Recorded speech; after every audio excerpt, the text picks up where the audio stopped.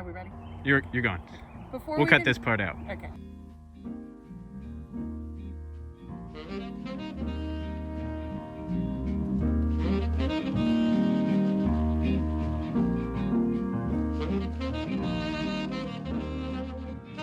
Hi everyone, Coach Liza here. Wanted to talk a little bit about layback today. One of the big questions I get as a coach is how much layback should I have and why do different crews layback more or less? That definitely gets into some style and technique, which is pretty coach specific, and I want to steer away from those controversies today and really talk about the biomechanics, the physiology, and the anatomy of how we determine with our junior boys how much layback they should have. Before we can talk about layback, we need to make sure you're sitting on your seat properly. Sitting on your seat properly is on the front of your sits bones. So you kind of want to push into your feet and squinch your hips out behind you so that you can feel that rock from the back of your sits bones to the front of your sits bones. You can see my back is nice and flat and straight, and I can use my core. The wrong position would have my tailbone rolled under. You see I don't look strong in the core, and I also won't be able to get much forward body angle.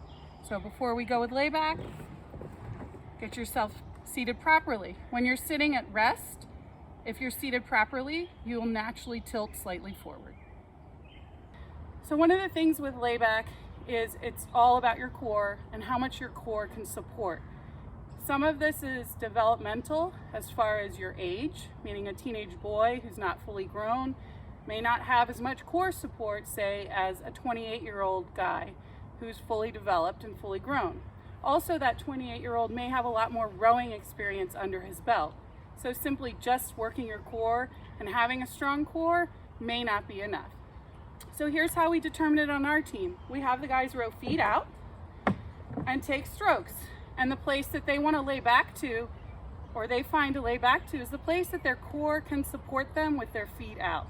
So when they start to feel like they're flying backwards, their feet are pulling off the footboards, that's too much layback for them.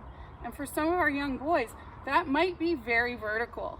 Now, flash forward to when I work with elite athletes who've been rowing for years and are developed, they may be able to come much further back with their feet still pressing into the foot stretchers. Remember, your feet should be pushing into the foot stretchers while your blade is in the water. So simply, to find your best layback, you can do it on an erg, take your feet out, and practice taking strokes at different amounts of layback. Find that point where you lose control and you can't use your core to pull yourself back over, and that's where your layback is.